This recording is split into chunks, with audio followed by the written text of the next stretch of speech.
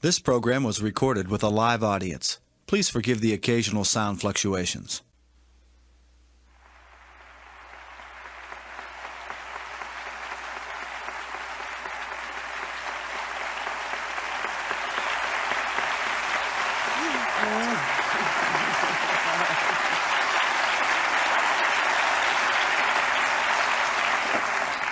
You haven't heard a word yet. Tonight, I want to talk about change and transition. And of course, change, that's what we want everybody else to do, isn't it? You know, we don't want to do it, but we want everybody else to change so that our life will be different.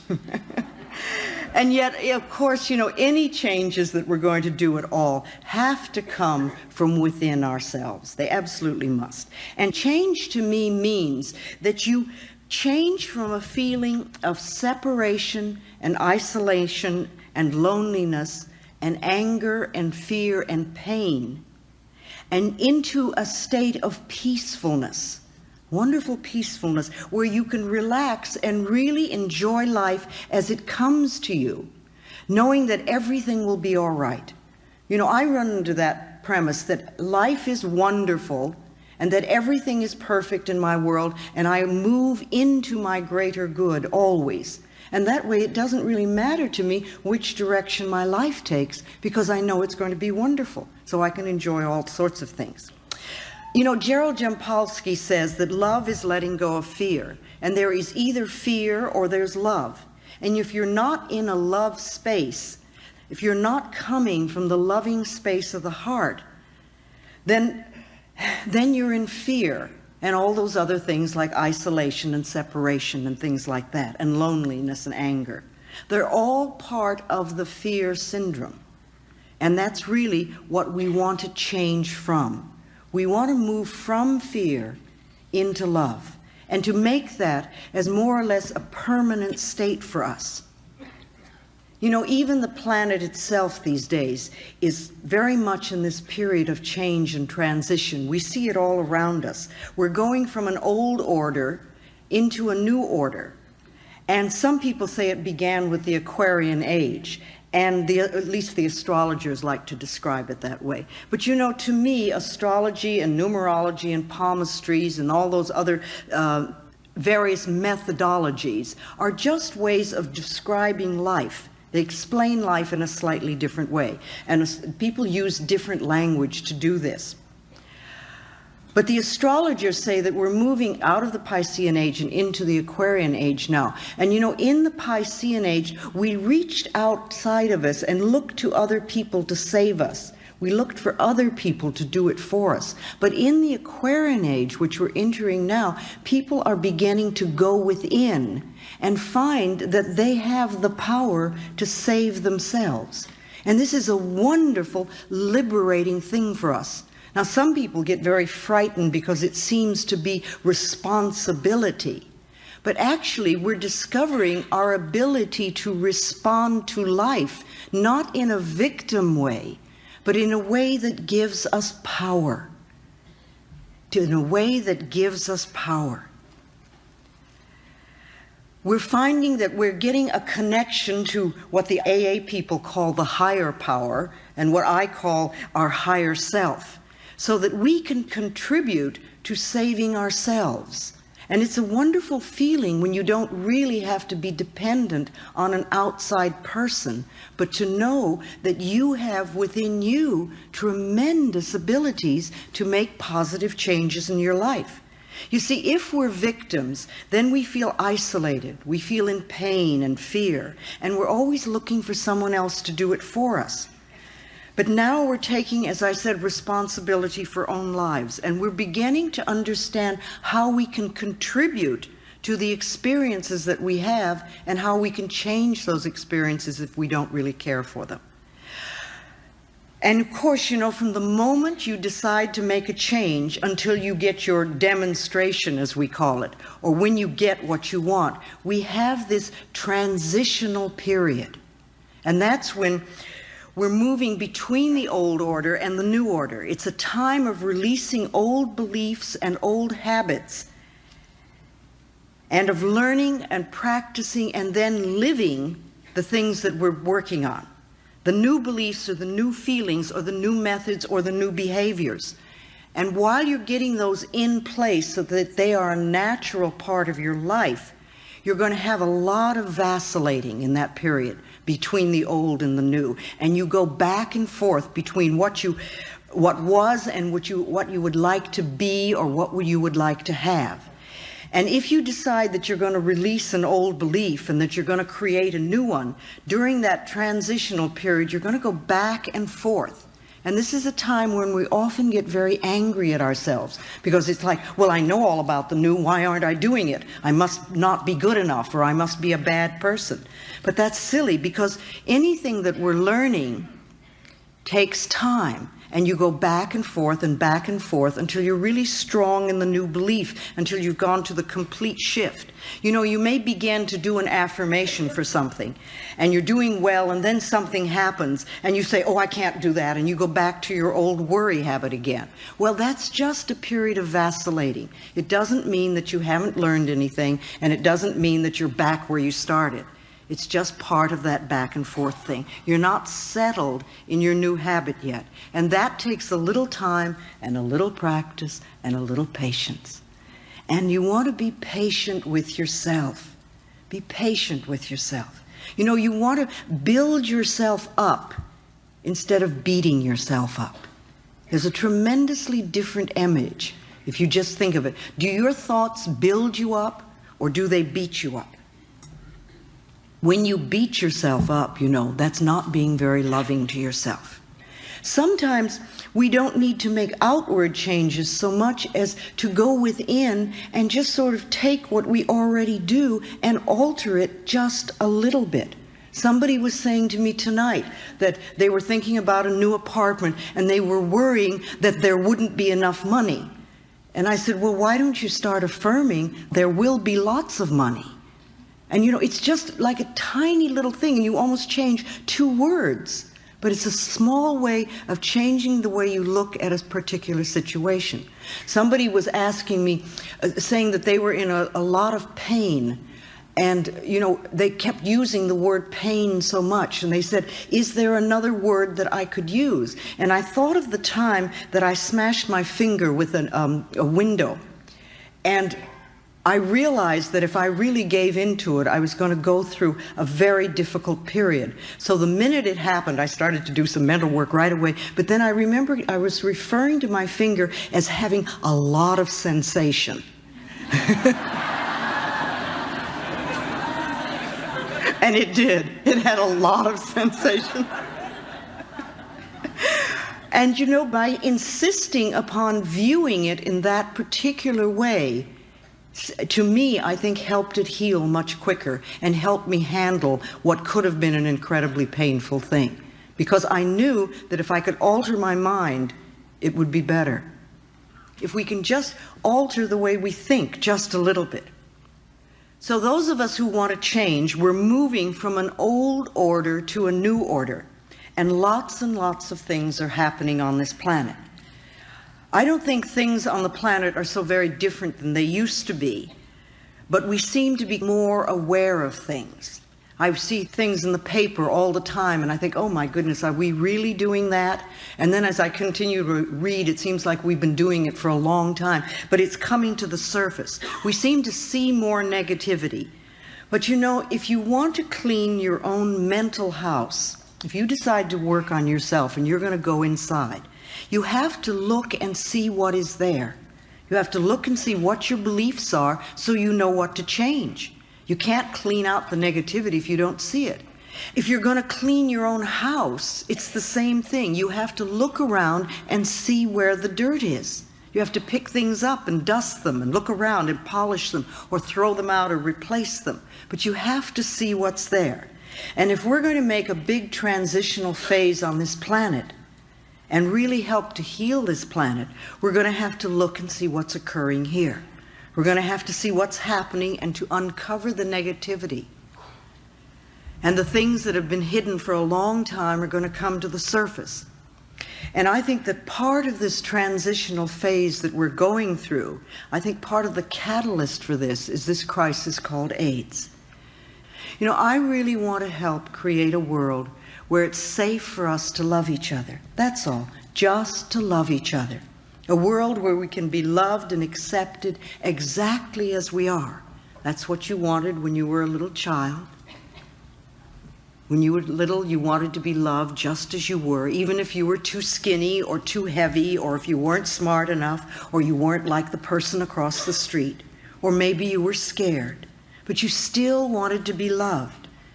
And it's the same thing we're all looking for now, only we're not going to get this love and acceptance from other people unless we can give it to ourselves. When we feel good enough to be loved, then others will love and accept us too. It's really that simple. I think that we come to this planet to learn and to practice unconditional love. And it's not always an easy thing to do, but I think that's what we've come here for. To have unconditional love, first of all, for ourselves, no matter what they said or what they did to us in the past. And also to give that same unconditional love to other people, to just allow them to be who they are, and to get rid of this them and us, because it's not them and us, it's all us. And we need to know that. And if we're going to heal this planet, we have to know it's all us. And there are no groups that are expendable, and there are no groups that are less than. There may be many people who are in so much pain that they're being harmful to other people. But you know, if we can understand that acts of violence come from a person who was a traumatized child. Now, this is not to condone people who do violent things, but to understand that if we want to change them, if you want people to become loving and peaceful, then you have to teach them to come from a loving space of the heart. And you're not going to teach them that if you don't know how to do it yourself. You don't create wars and kill people. You don't beat people. You don't throw people into prisons or torture them or do things like that. You teach them to forgive and to love themselves, so they'll never do those violent things again. Because you realize that people who love themselves cannot hurt themselves, and they cannot hurt another person. And to me, that's the answer to world peace and harmony and all sorts of wonderful things. So to help as many people as possible learn to love who they are, it's very simple. That's my work in this world, is to help people love themselves. To love ourselves so that we can get to this new order of what I see as unconditional love and peace and plenty for everyone. And I know that it's possible if we can just get the nonsense out of the way. I believe that when we leave the planet, the only thing we take with us is our capacity to love. We take our capacity to love with us, and that's all. We don't take our relationships, we don't take our automobiles or our bank accounts or our jobs. We take our capacity to love. And we have many, many opportunities to open our hearts on a much deeper level than we have. To me, love is the answer. I really believe that love is the answer. It's powerful, it helps us, it helps other people. How do you give love to the world? What are you doing to create your own inner harmony? What do you do on a daily basis to make yourself feel good inside? Or do you just sit and bitch about what you don't have? Well, it's one way of handling it, but it doesn't change the situation. You know, you're not going to do it by being mad at yourself or being mad at other people. And you're not going to do it by blaming people. And you're not going to do it by being a victim. So what is it you do? How do you express unconditional love in your life?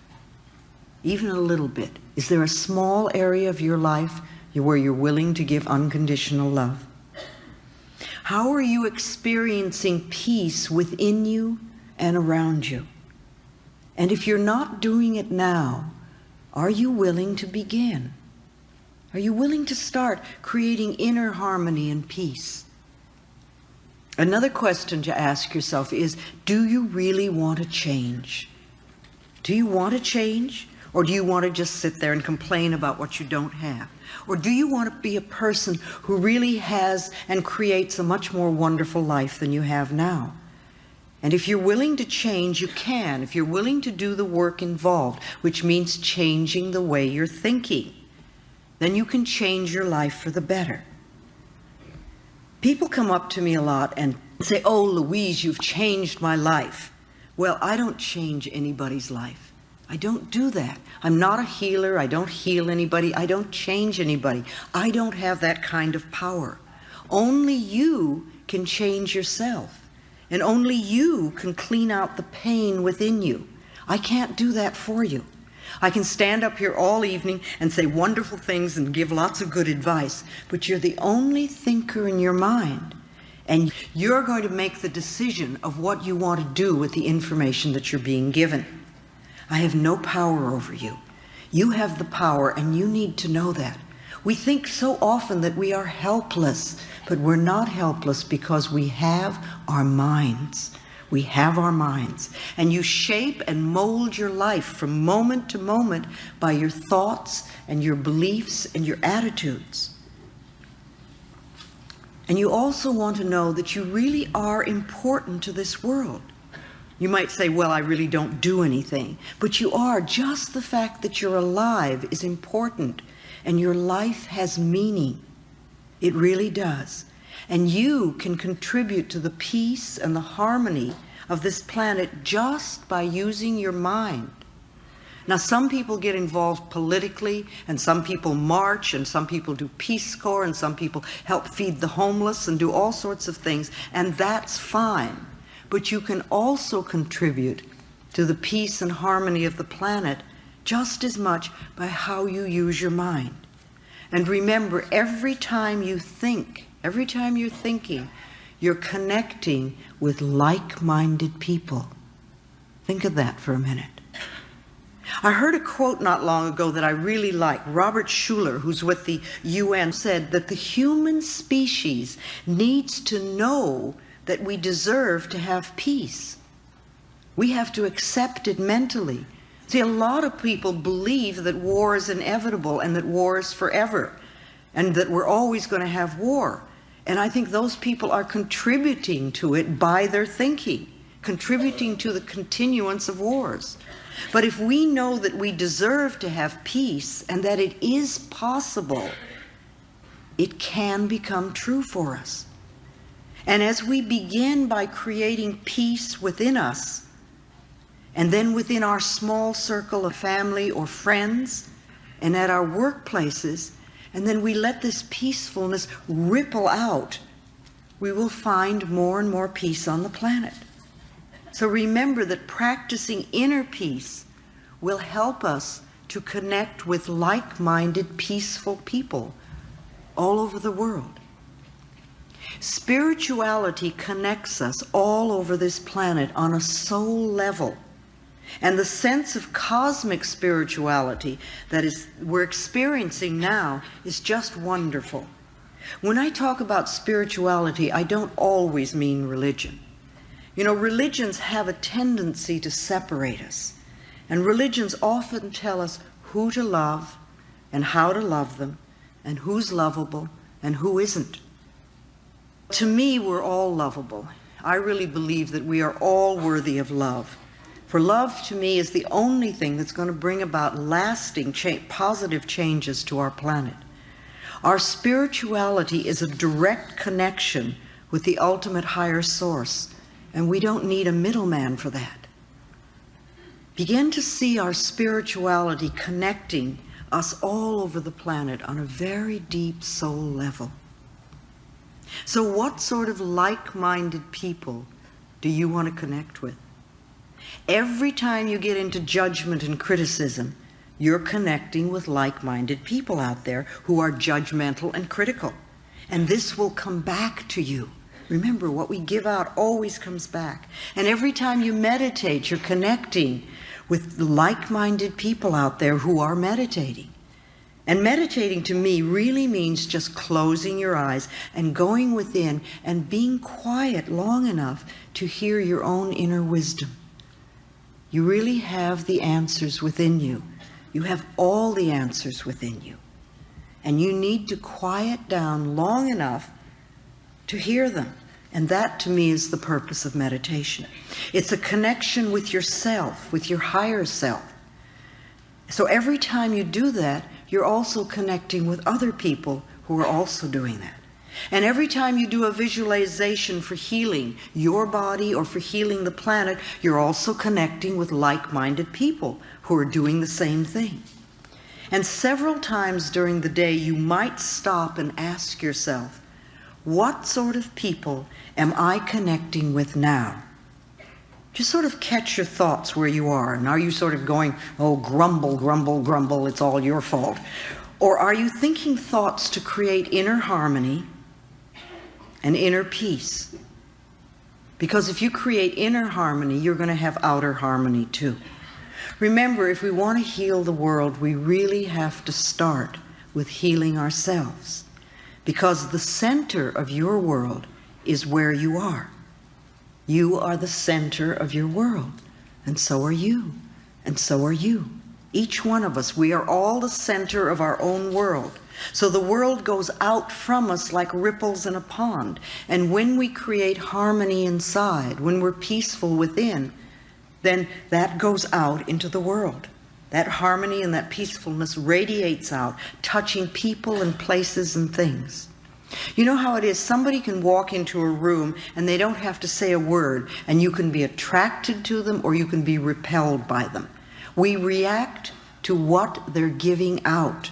Somehow we feel those vibrations. We pick up what people have going on inside of them. So let's make sure that we are radiating harmony and love.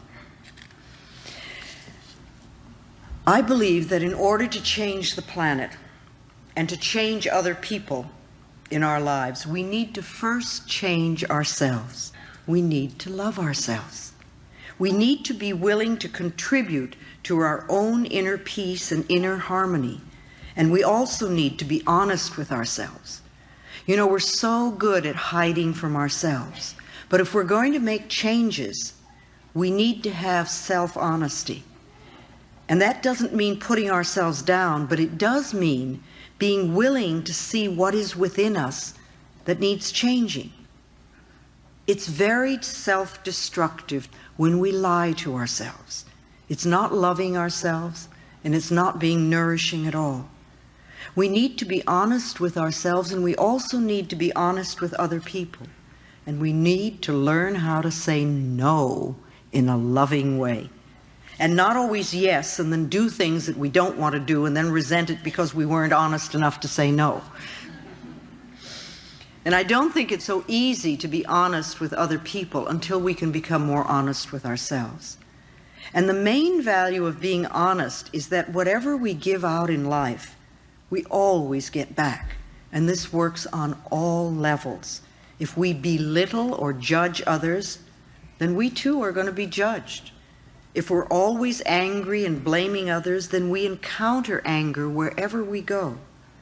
If we steal someone's time, or if we take away someone's self-respect, or if we refuse to acknowledge someone else's good work, we can expect these dishonest actions to boomerang back to us as negative experiences.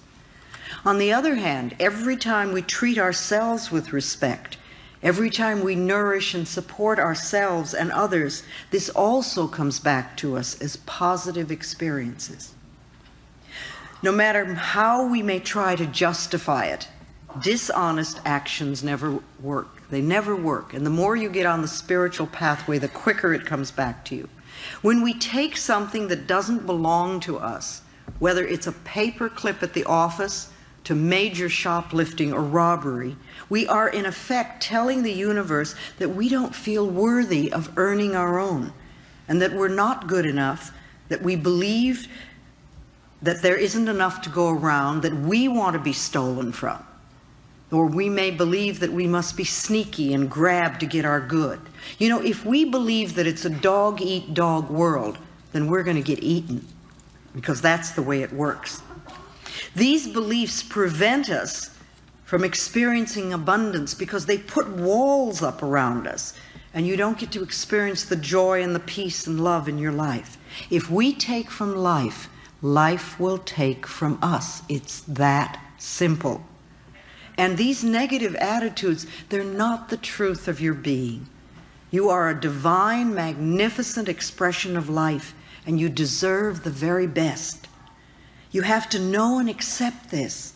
Our planet is abundantly plentiful, and our good always comes to us by the right use of consciousness. What we believe about ourselves and about our lives will become true for us. If we want to change our circumstances, we must change our belief systems. Ask yourself periodically, what do I really believe about this? And think about it. And what do I feel? And do I really want to do what they're asking me? And why am I doing this? Start examining your thoughts and what's going on inside of you. Be honest with yourself and find out what you're really thinking and believing. Don't just be on automatic pilot all the time, and say, oh, well, this is the way I am, or this is what I do. Why do you do it? And if it isn't a positive, nourishing experience in your life, see if you can figure out where it came from. Where did you first do it? Was that something you were taught as a child? Maybe it's time to let that one go. You don't need that anymore. If you have oh, this is just the way it is, well, then with that attitude, you can't change. It's not possible. And also, if you know everything, if you're a person who knows it all, who knows everything, you can't change because you can't let a new idea get in. We want to be willing to learn and to grow. And what we're always working for is more understanding and awareness and knowledge so that we can do and experience things differently. That's all. You don't want to berate yourself for what you used to do, or where you are, or what you don't know or you don't have. Just learn more. Study, go to classes, read books, listen to tapes, talk to other people. There's so much stuff that we can learn now. It's just wonderful. Learn about yourself. Learn about your beliefs. Learn about the way your particular mind works. And is it working in a way that really enhances your life? Explore a lot of new avenues so that you can begin to understand more. Allow new ideas in and expand your consciousness. We hear so much these days about addictions, and we think there are many, many kinds of addictions besides just the chemical ones. When we say addiction, we immediately think, oh, the chemical thing. But there's also pattern addictions, and every one of us has some sort of addiction, because they're really patterns that we adopt to keep ourselves from being in present time. We don't want to deal with what's in front of us, so we have some way of getting away. We don't allow ourselves to be where we are and to know what's really going on in our own lives. So we each have an addiction. I don't know what yours are. We all have something. Whatever it is that we do. For some people, it's a food addiction. For some people, it's a chemical addiction. And for other people, it could be an emotional addiction. Remember, you can even be addicted to finding fault in people. A lot of people like that one. You can be addicted to fear. If you're somebody who's addicted to finding fault in people, then no matter what's going on, you find somebody else to blame. It's their fault. They did it. Or maybe you're addicted to running up bills. There are so many people that are so addicted to debt. And they do everything they can to be over their heads in debt constantly. And it doesn't seem to have a lot to do with whether they have any money or not, the amount of money. And so being in debt, if you think of it, is an addiction. It's a pattern addiction that we do. You can be addicted to rejection, to having people reject you. And if that's one of your addictions, then everywhere you go, you're going to attract people who reject you. You know, who's watching me? Who's going to reject me? Who's not going to accept me? However, the rejection out there is always a mirror, a reflection of the rejection that we have within us. If you don't reject yourself, nobody else is going to reject you. Or if they do, it certainly isn't going to matter. You won't pay any attention to it. If you get upset because other people are rejecting you, you have to know that's because you're rejecting yourself. And so ask yourself honestly, how do I reject myself? Where am I not accepting?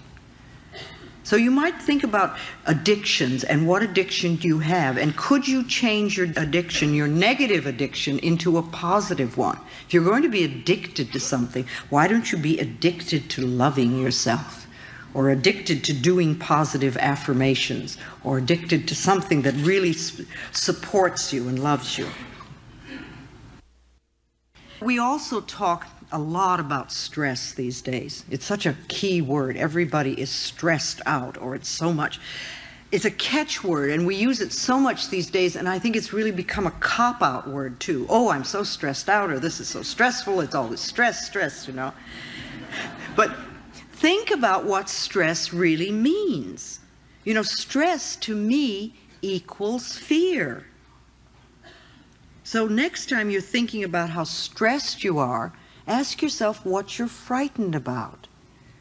Ask yourself how you're overloading yourself. How are you burdening yourself? What are you doing to yourself that's creating this fear within you so that you don't have inner harmony and peace? Don't just use it as a word to be a cop-out. Stress is not inner harmony. Inner harmony is being at peace with yourself. And when you're at peace with yourself, you do things one thing at a time, and you don't let things get to you. You can't have stress and inner harmony at the same time. They don't equate. So I see stress as fear. And ask yourself then, if you're feeling stressed, how can I release this fear? How can I be at peace with myself? What can I do? Nothing has any power over you. And don't give a little word like stress a lot of power. You are the power. You are powerful. You're the one that can make the changes. So to me, love is the answer. And if we're going to make changes, it has to come from a loving space of the heart, so that the changes will be permanent. Well, they'll be permanent. And when you love yourself, life is so much easier and much more fun. And people resist loving themselves so much. I know I did at the beginning. But really, when you do, it's just so much more fun. It really is. You enjoy life. You wake up in the morning and you're glad to find yourself there. Start connecting with yourself. Support yourself. Really do wonderful things for yourself. And then you can easily and effortlessly give to the world. It won't be a struggle at all.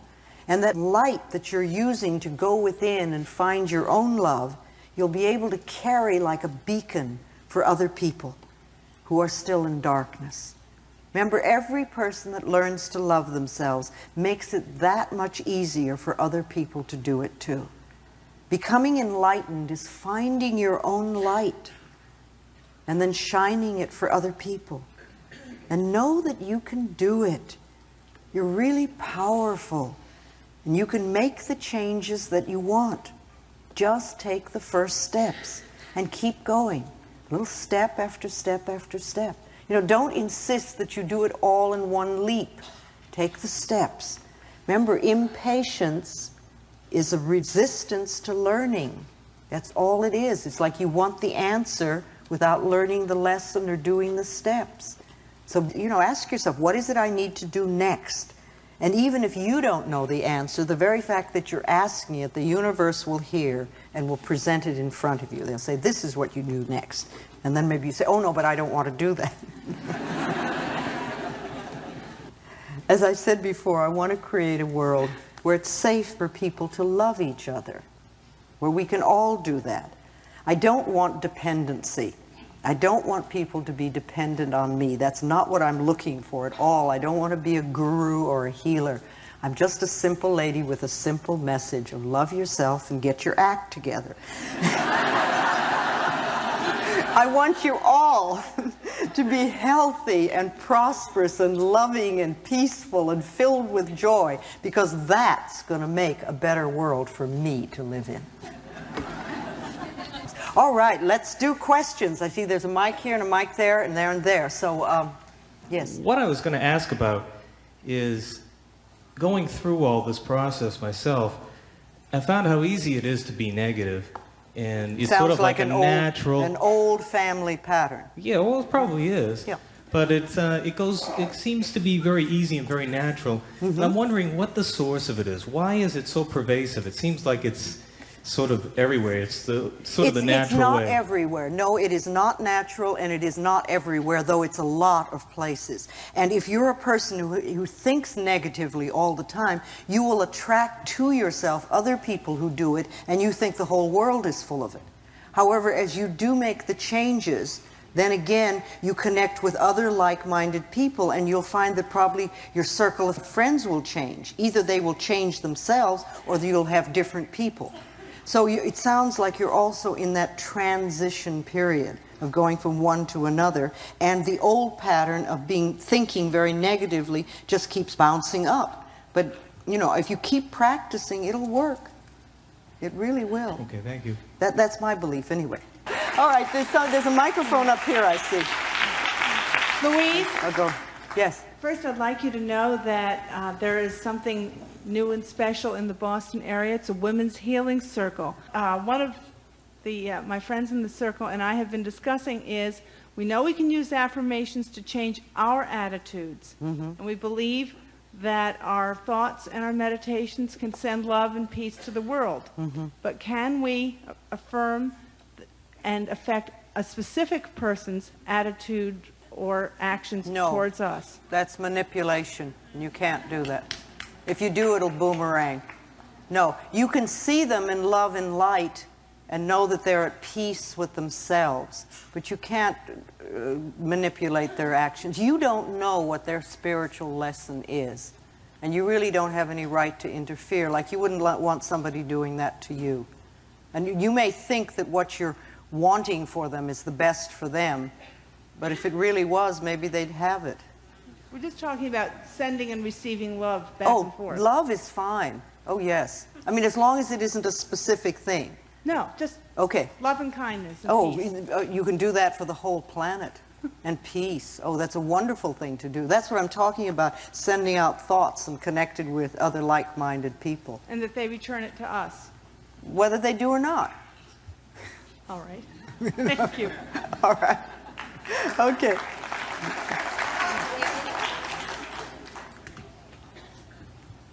How do you deal with people in, say, a work environment that are constantly negative, and you're being positive, but that negativity is around you? Well, one, it's interesting that you're in a work environment where everybody's negative and you're positive, you know, and I'm wondering why that is. Why don't you start knowing for yourself that you always work in an area where it is peaceful and joyful, where people really appreciate you and appreciate life. And don't say that so-and-so has to be that way, but start knowing for yourself that this is where you work. These are the kind of people that you are surrounded with.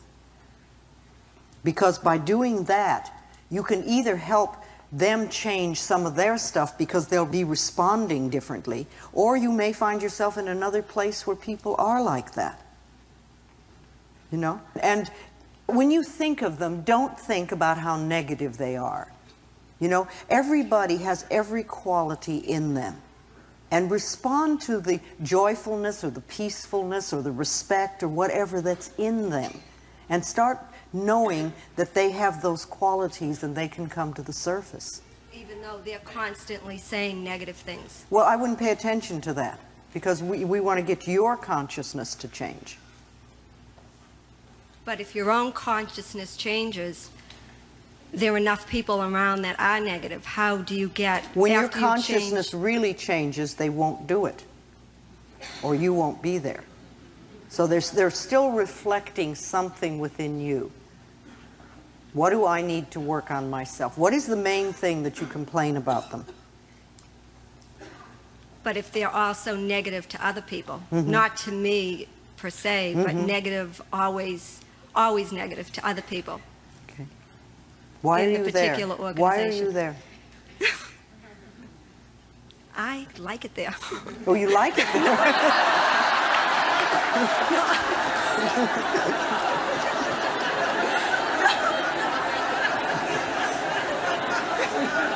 Okay, start affirming that you're always surrounded by wonderful people that see life in the most positive way and that are a joy to work with and be around. Thanks. Okay? All right, it's your consciousness. Yes?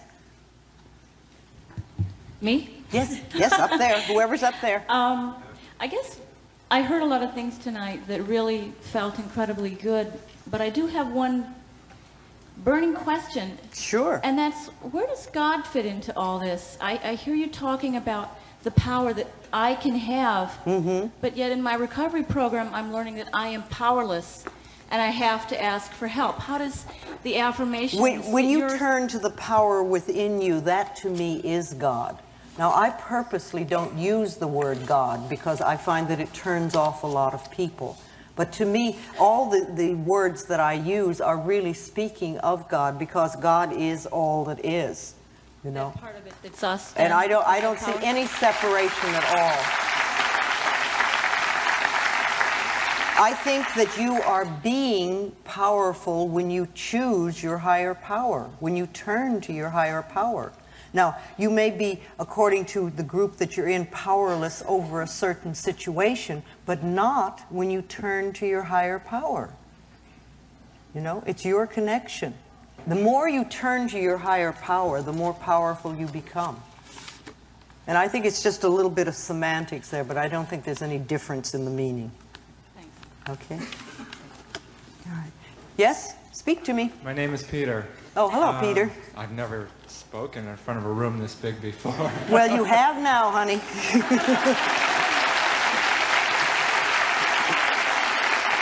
You are doing it. I guess my question is really simple, and it's how. I live in a big city by myself. I don't have that many close friends. And living alone,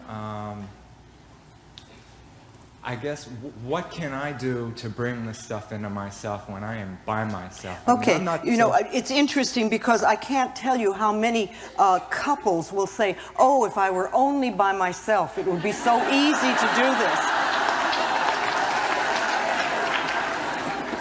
It works both ways. If only I had a companion. If only you had a companion. Well, what are you doing to create one? Do you just wish? Yeah. Okay. Well, that's what a lot of people do. What do you believe about yourself? Do you believe you're lovable? I'd like to. Well, what's stopping you? There's someone down here eager.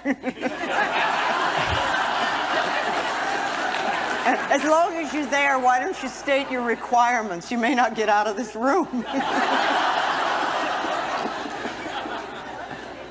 I'll tell you one of the things I'm doing. I'm here tonight. Yes, that's wonderful. Okay, great.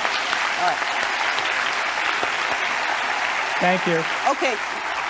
I'm not making fun of you because many of us are in the same place. You know, it's one of the reasons that I think the support groups are so wonderful. Get with other people who are also studying, and it helps. It's wonderful if you can have like-minded people that are doing it together. And if you can get a friend who's doing it also, that's just wonderful.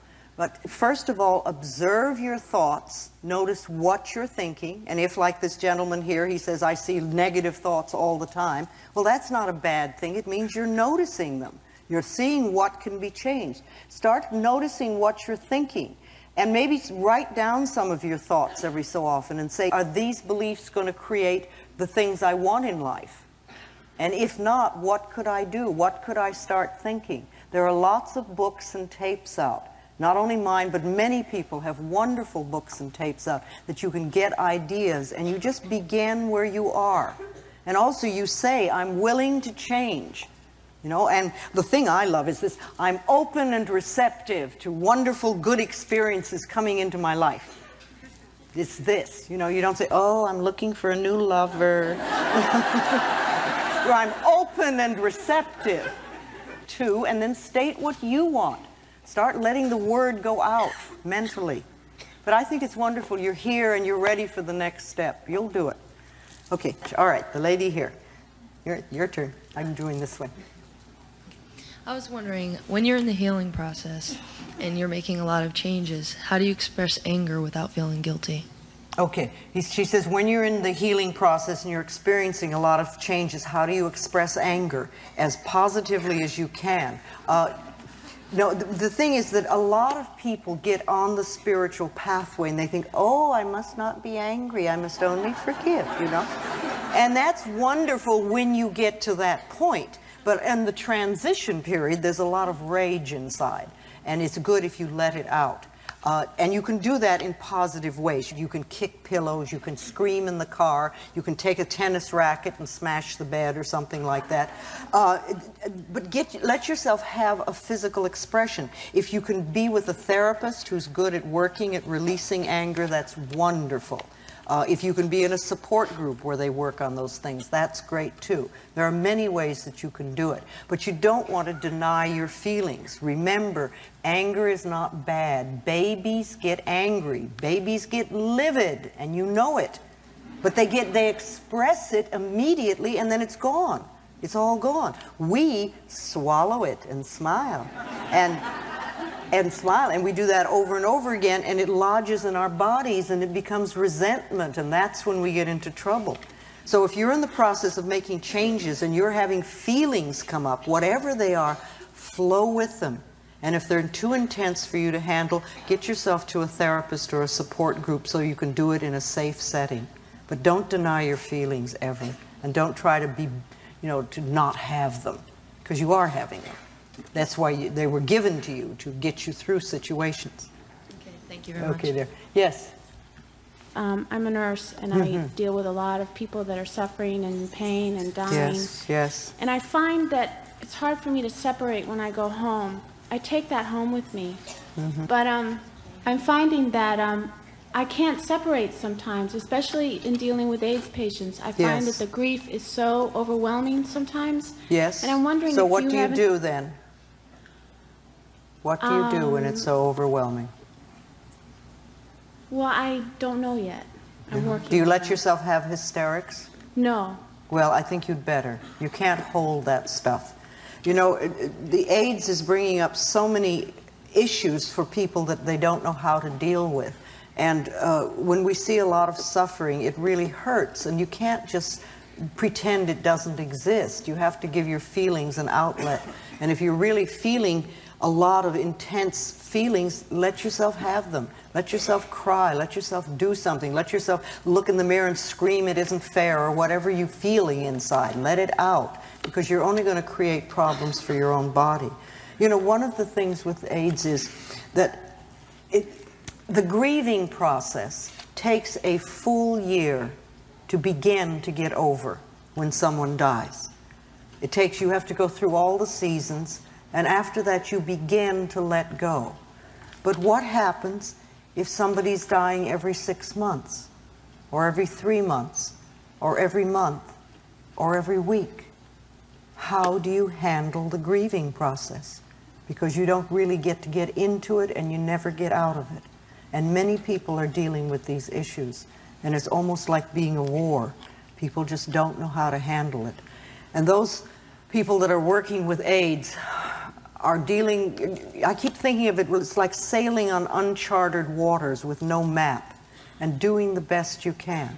And there's a lot of intense feelings that are there. And you have to take care of yourself the best you can. And I know it's not easy. Yes? I've been recovering from an illness for about a year in surgery, and using your positive affirmations, and really have had a very, very positive year.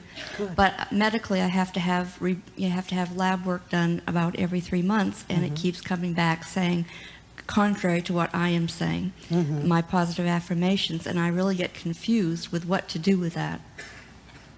Well, are you working with your doctor? Yes. Yes. All right. But I'm working, he's doing the medical stuff. Yes, and you're doing the other stuff. I'm doing the healing stuff. All right, well, is he doing something positive for you too?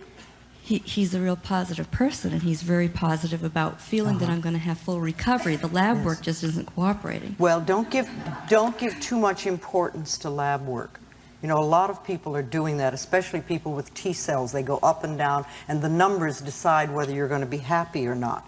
You know, how do you feel?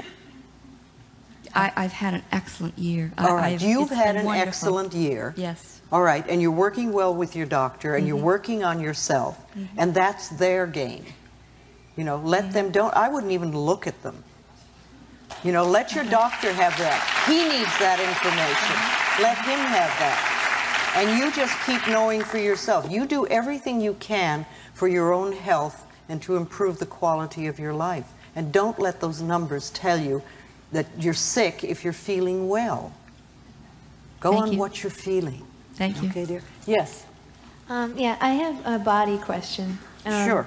I need your advice, or what techniques can you tell me about that would help me to accept part of my body that I cannot change. It's a birth defect. It's specifically, it's my two legs are different sizes, and one leg is considerably, well, I feel that it's considerably larger, and than the other one, and I have a difficult time accepting this.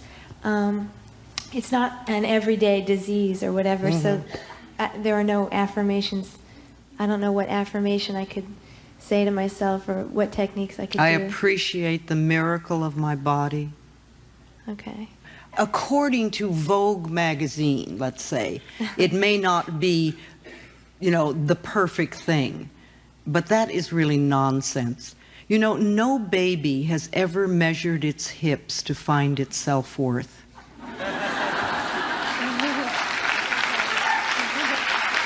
Thank you.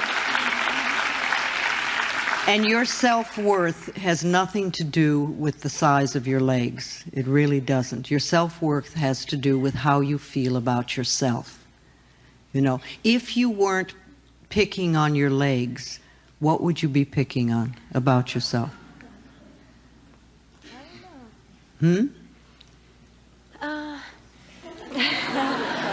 Well, I'm too busy picking on my leg. I can't think of something. Well, you know, it's sort of a limited way of thinking, and it's a waste of time because you really have a lot to do in this world. You know, I don't know why this particular condition is part of you. It is, and that's just what it is. And you can make a big deal out of it, or you can get on with your life and just enjoy and love who you are. And, you know, that to me, remember, your self-worth has nothing to do with that. And it has nothing to do with your lovability. You are lovable. Thank you very much. All right, sweetie. Yes. You've said, among other people, that we choose our parents. You also said there are some people who have AIDS whose parents reject them. Did they choose those parents? Oh, I think so. Not only do I think that they chose the parents, but I think the parents chose them. I think it works both ways. You know, it's part of the lessons that we've come here to learn. And sometimes we need to have a lesson of opening a heart that is very closed, you know, and we give ourselves like a little obstacle or something. But I think everything is in perfect order. I think the parents that you have are absolutely perfect for you. That's why you're here. You know, if you had really made a mistake by choosing those parents, you would have gotten out very, very early. But if you're here now, they were the perfect ones, and the stuff you need to work out with them is the stuff you need to work out with them. That's part of what it is this time around. Yes? I may need to have some work to do with this. Yes. No, you don't, you know, you don't have to believe everything I say.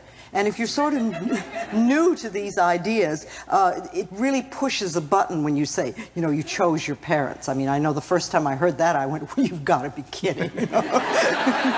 Thank you for saying that. Yes. Thank you. But the more that you really start examining it, the more it makes sense to me. It really does. So whatever I'm saying tonight, you know, if you walk out of here with one sentence that can help you improve the quality of your life, that's wonderful. You don't have to get it all. Just get what you can and work with it. I support your growth and I love you all. Bless you.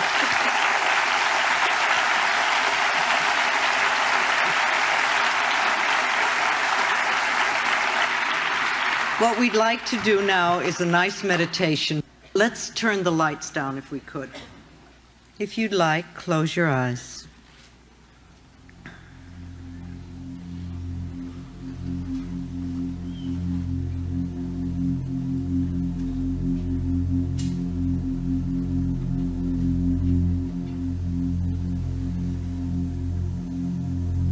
I don't really understand how they can take my voice and make it sound like this, but it's part of the new brainwave technology.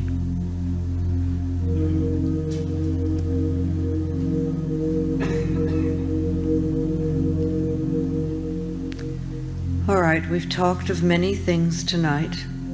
We've stirred the pot, we've pushed a lot of buttons, and a lot of awakenings for many people. And this is wonderful. Each one of us here tonight, myself included, has learned something that will help us improve the quality of our lives.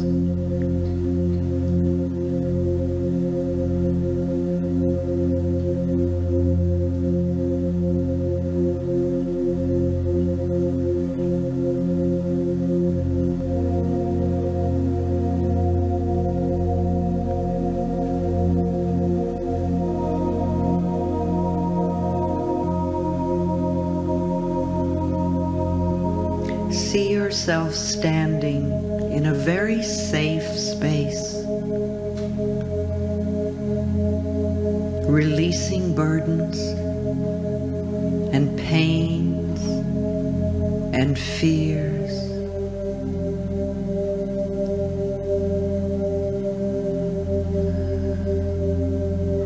Old negative addictions and patterns. See them falling away from you.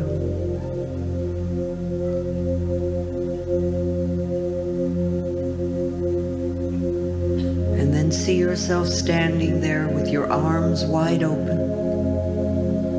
saying, I am open and receptive to.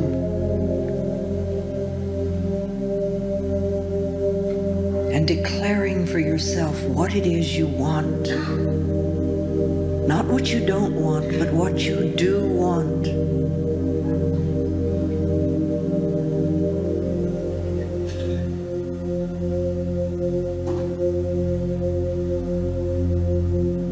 And know that it is possible.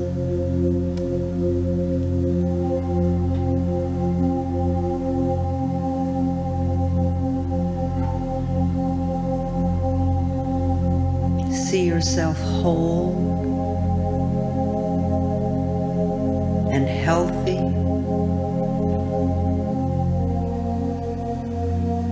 at peace,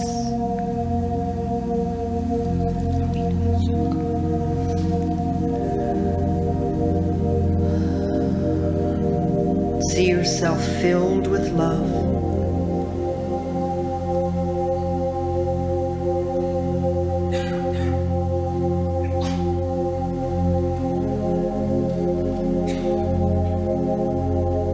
and in this room, feel your connection with the other people and feel the love that is in this room and know that you're part of it. And the love in this room can move from heart to heart. And as your love goes around this room, it comes back to you multiplied. For this room tonight has become an incredible circle of love.